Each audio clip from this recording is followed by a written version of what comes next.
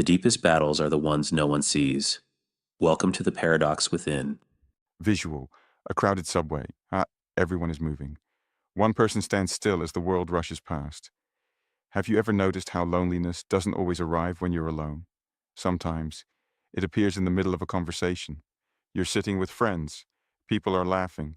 Someone asks how you've been. You smile. You answer. The conversation keeps moving, but somehow you still feel like you're watching your own life from the outside. It's a strange kind of loneliness. Not the loneliness of silence, but the loneliness of feeling unseen. And perhaps the most confusing part is this: no one around you would ever guess you're feeling it.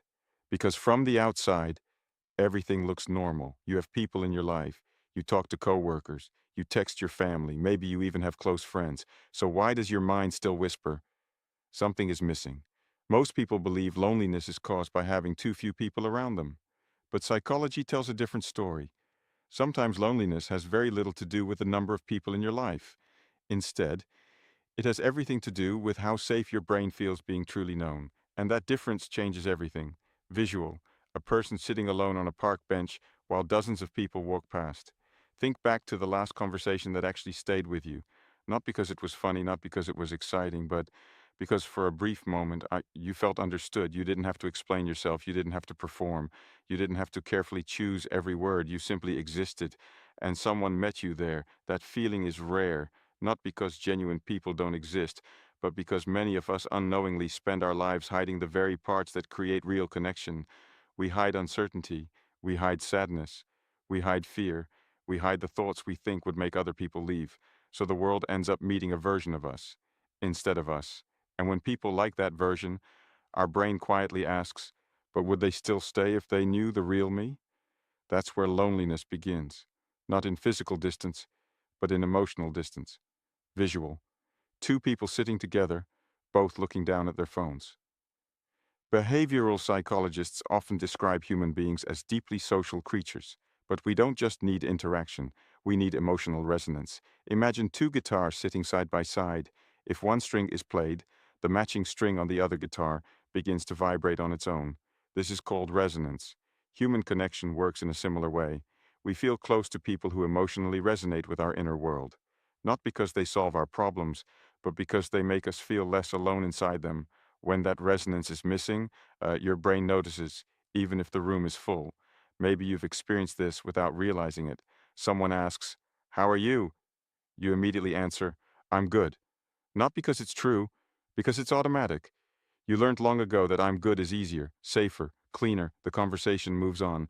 Nothing feels awkward, but something important never happened. The real you never entered the room. Over weeks, months, sometimes years, these tiny moments accumulate, until one day you look around and wonder why nobody really knows you.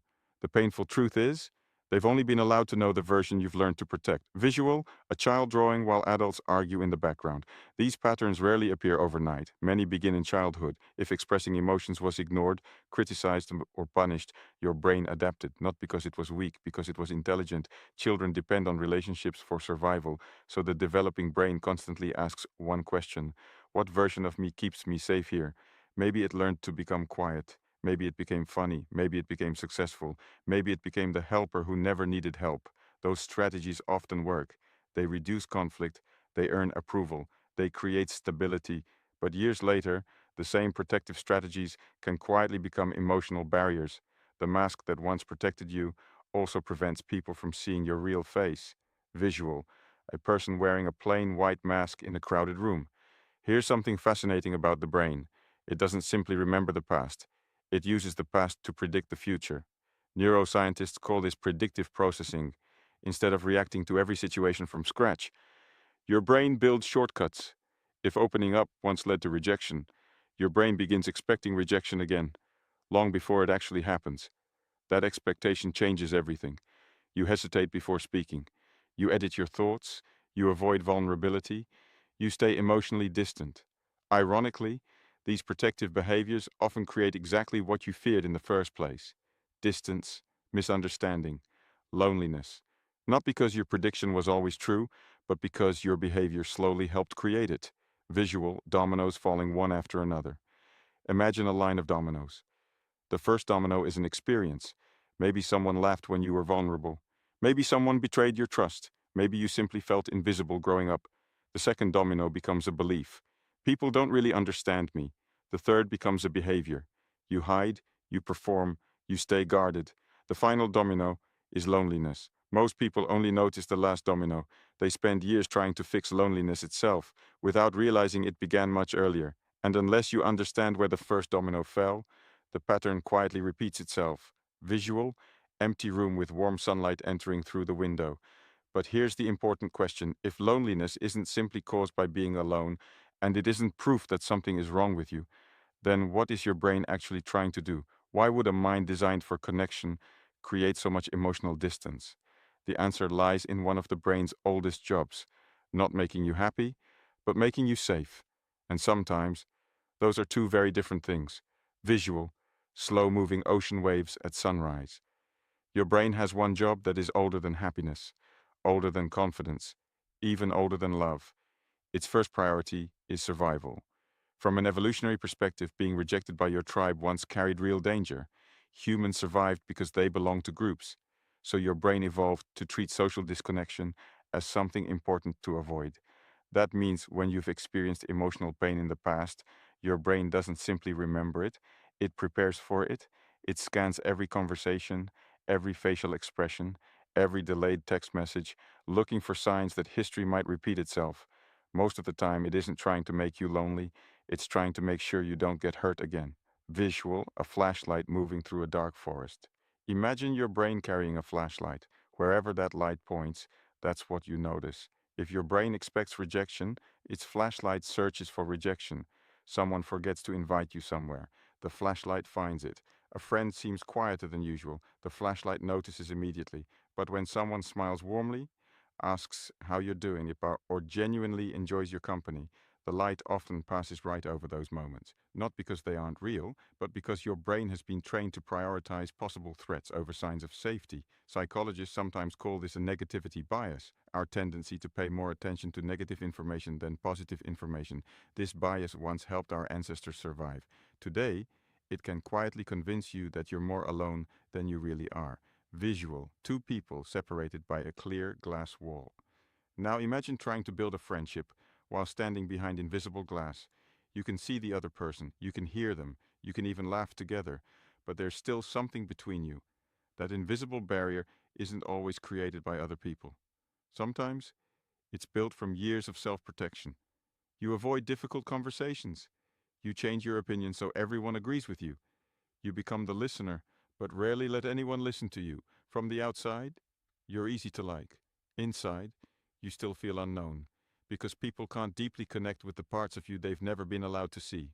Visual, a hand placing a mask on a wooden table. This doesn't mean you should suddenly tell everyone your deepest fears.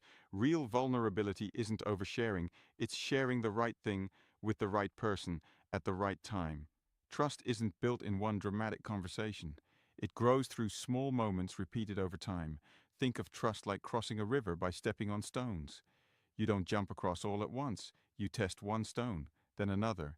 Each safe step teaches your brain that connection doesn't always end in pain. That's how emotional safety is rebuilt, not through force, but through experience.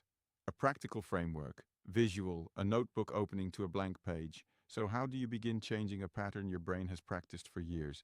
Not with fake confidence, not by pretending to be more outgoing, but by giving your mind new evidence. 1.